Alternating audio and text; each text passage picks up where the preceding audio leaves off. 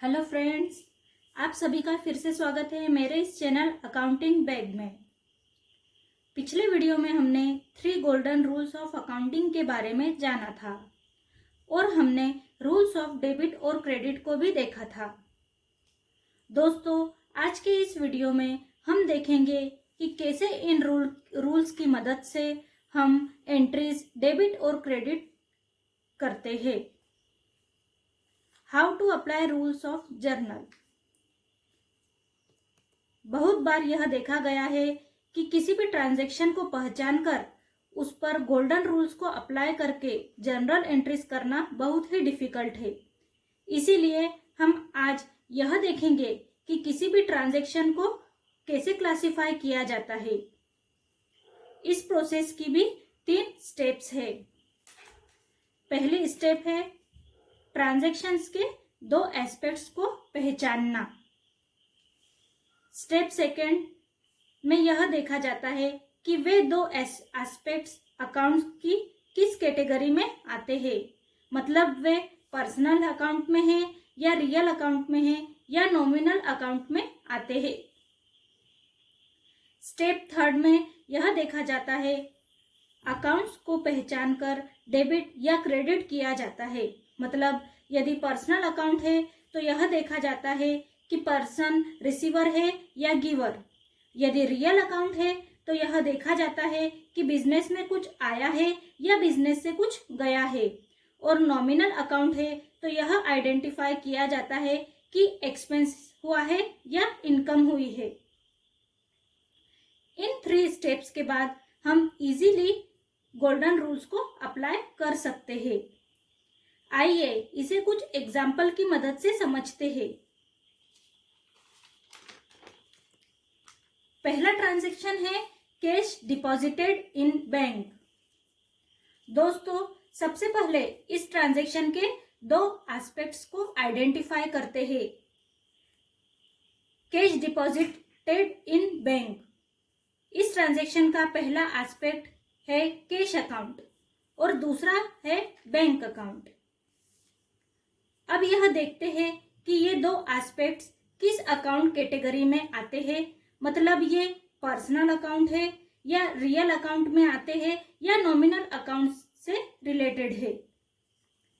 Cash account real account है क्योंकि cash business की प्रॉपर्टी है, और बैंक अकाउंट पर्सनल अकाउंट है क्योंकि बैंक एक ग्रुप है, लोगों का ग्रुप। अब 3 गोल्डन रूल्स के अकॉर्डिंग अकाउंट्स को डेबिट या क्रेडिट किया जाता है। कैश डिपॉजिटेड इन बैंक, इस ट्रांजैक्शन में कैश बिजनेस से बाहर गया है, मतलब debit what comes in and credit what goes out. तो यहाँ कैश अकाउंट क्रेडिट होगा क्योंकि कैश हमारे पास से गया है। और बैंक अकाउंट के लिए debit the receiver and credit the giver rule apply होगा, तो बैंक रिसीवर है इसलिए बैंक डेबिट होगा। सेकेंड ट्रांजैक्शन है सैलरी पेड इन कैश। इस ट्रांजैक्शन में पहला एस्पेक्ट सैलरी अकाउंट है और दूसरा कैश अकाउंट है। सैलरी अकाउंट नॉमिनल अकाउंट में आता है क्योंकि सैलरी बिजनेस का एक्सपेंस है, और कैश अकाउंट रियल अकाउंट में आता है क्योंकि वह बिजनेस की प्रॉपर्टी है, मतलब सैलरी के लिए debit all the expenses and losses and credit all the income and gain rule apply होगा। इसमें कैश अकाउंट क्रेडिट हुआ है क्योंकि कैश बिजनेस से बाहर गया है। रियल अकाउंट के रूल्स के according debit what comes in और क्रेडिट व्हाट गोज आउट होता है, इसलिए यहाँ पर सैलरी डेबिट हुई है और कैश अकाउंट क्रेडिट हुआ है। थर्ड ट्रांजैक्शन है गुड्स परचेज्ड फ्रॉम सुनील। इस ट्रांजैक्शन में पहला एस्पेक्ट गुड्स परचेज्ड है और दूसरा सुनील है। यहाँ पर गुड्स परचेज्ड अकाउंट की कैटेगरी रियल है क्योंकि गुड्स बिजनेस की प्रॉपर्टी होती है। वह सुनील अकाउंट पर्सनल अकाउंट की कैटेगरी में आता है। गुड्स परचेस अकाउंट बिजनेस में आया है, इसलिए परचेस अकाउंट डेबिट होगा, क्योंकि रियल अकाउंट का रूल है debit what comes in and credit what goes out. और सुनील अकाउंट क्रेडिट होगा, क्योंकि पर्सनल अकाउंट का रूल है debit the receiver and credit the giver, और यहाँ सुनील गिवर है। फोर्थ ट्रांजैक्शन है commission received by check.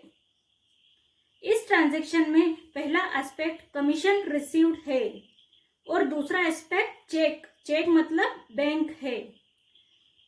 Commission received nominal account है और चेक मतलब बैंक पर्सनल अकाउंट है। कमीशन रिसीव्ड इनकम है, इसीलिए नॉमिनल अकाउंट का rule debit all expenses and losses and credit all incomes and gain apply होगा, मतलब कमीशन अकाउंट क्रेडिट होगा,